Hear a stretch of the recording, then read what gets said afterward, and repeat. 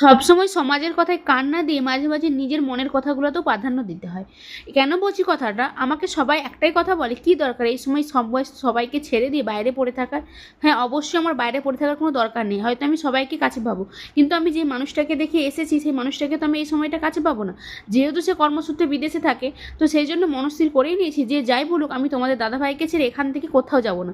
আমি আমার ডেলিভারিও এখানেই করাবো, আর যতই কষ্টসৃষ্ট হোক আমি এখানেই আমার বাচ্চাকে জন্ম দেবো এবং আমি নিজে হাতেই তাকে মানুষ করব, এবং তোমাদের দাদাকে সেটা সঙ্গে নিয়ে আমি তাকে ছাড়বো না। তো আমরা কোনো পালিয়ে বিয়ে করিনি বা কিছু, বা আমাদের পরিবার নেই এরকমটা কিছু না। বাড়িতে বাবা মা শ্বশুর শাশুড়ি ননদ নন্দাই যা ভাসুর সবাই আছে, সবাইকে মানিয়ে গুছিয়ে নিয়ে চলে যায়। কিন্তু তারা ডাকলো আমি যাব না, কারণ আমি জানি আমি সবাইকে কাছে পেলেও তোমাদের দাদাভাইকে আমি এই মুহূর্তটা কাছে পাবো না, কারণ কর্মসূত্রে তাকে বাইরে থাকতেই হবে আর তাকে রোজগার করতেই হবে।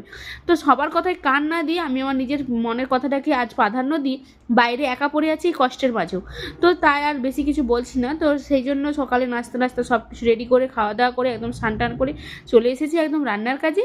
আর এখানে আজকে রান্নায় খুব বেশি কিছু না, ওই হচ্ছে পটল দিয়ে মাছের ঝোল আর কাঁকরোল ভাজা আর হচ্ছে ভেন্ডি পোস্ত। রান্না করার পর দেখলাম যে আলুগুলোতে বেশ বড় বড় গাছ বেরিয়েছে, তাই আলুগুলোর এখানে খোসা ছাড়িয়ে বলতে আলুর মাথার ওই কলগুলো ছাড়িয়ে ফেলে দিলাম।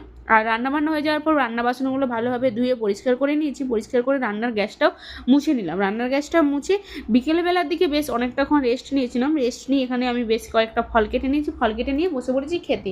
বিকেলবেলা ভাবলাম একটু ওয়ার্কআউট করবো আর নয়তো বাইরে হাঁটতে যাব, কিন্তু বাইরে হাঁটতে যাব বেরিয়ে দেখি বৃষ্টি পড়তেছে, তাই বাইরে না গিয়ে বাড়িতে ওয়ার্কআউটটা করে ফেললাম। আর জানো তো, ব্যায়াম করলে সারাদিনের যে একটা ক্লান্তি সেটা বেশ ভালো লাগে আর শরীরটা হালকাও লাগে।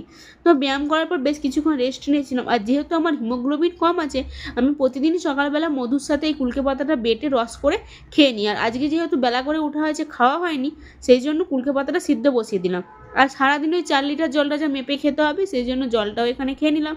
আর সন্ধ্যেবেলা নাস্তার জন্য একটু মাখনা রোস্ট করতে দিয়েছিলাম, মাখনা রোস্ট করে এখানে দেখলাম যে কুলকে শাকটা হয়ে গেছে। তো আজকে সন্ধ্যেটা এটা দিয়ে নাস্তা করলাম, আর রাতে রুটি আর পটলের তরকারি দিয়ে রাতে ডিনার করে নিলাম।